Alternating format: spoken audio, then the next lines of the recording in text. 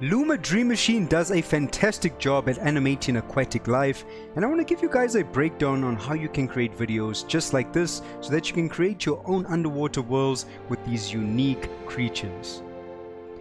So to obtain this particular aesthetic that is essentially underwater flash photography, I used an open source and free image generator called FOOOCUS that uses Stable Diffusion. There are tutorials on YouTube on how to install this locally or even use it online, but FOOOCUS gave me the perfect aesthetic, and you can see the prompt on the screen right now.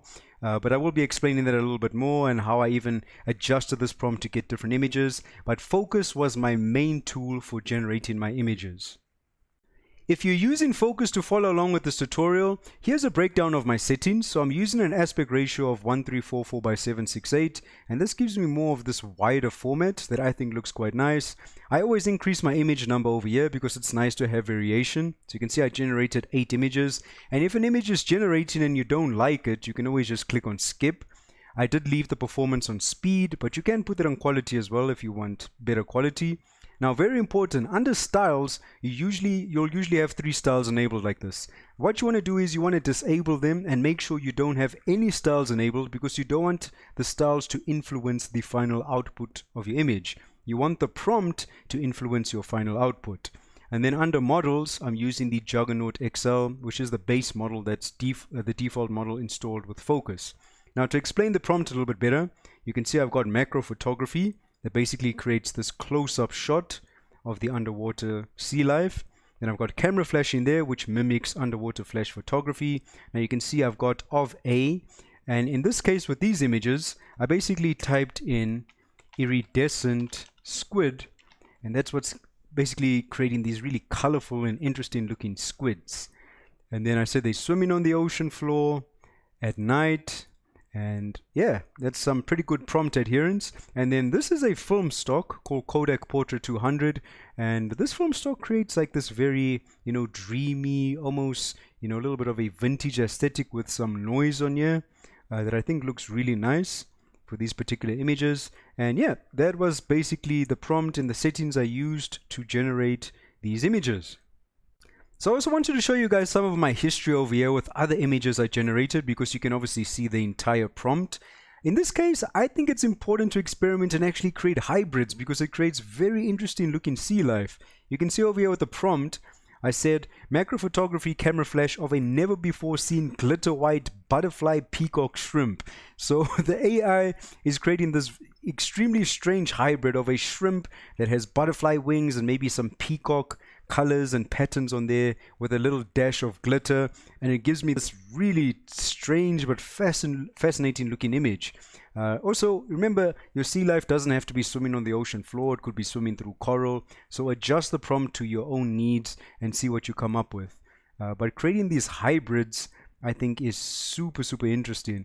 Like over here, this one is a never before seen glitter white butterfly peacock jellyfish, and then I get these really strange but fascinating looking sea life. So yeah, experiment, have fun with this process, see what you can come up with.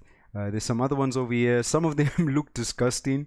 So if you want more of a disgusting underwater looking creature, this is the prompt that I've used for creating some of these scary looking images.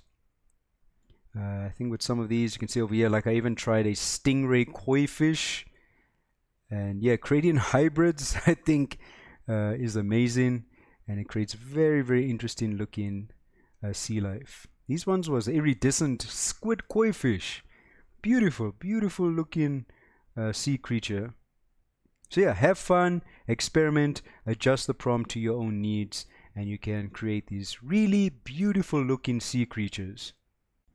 Alright, so once you've got your images, go to lumalabs.ai and sign in, and all you have to do is drag and drop your image into this box over here, and you literally don't even have to type a prompt, because the AI can analyze the image and it can kind of guess how it should bring it to life. So you can literally just click on generate, it'll send it to a queue, it'll start dreaming and bringing that image to life. Now, something I do need to mention and be completely transparent and open about, if you are on the free plan, your generations are going to take a extremely long time to generate, sometimes hours, sometimes even days.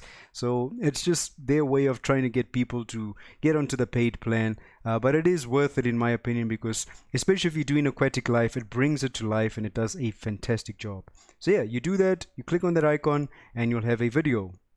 And just another tip, if you decide to include a prompt, I've noticed some that work really well is the prompt fish swimming. So it does tend to add a little bit more motion to your videos as well. Or even specifying what the aquatic life should resemble can also, you know, influence the motion of this creature.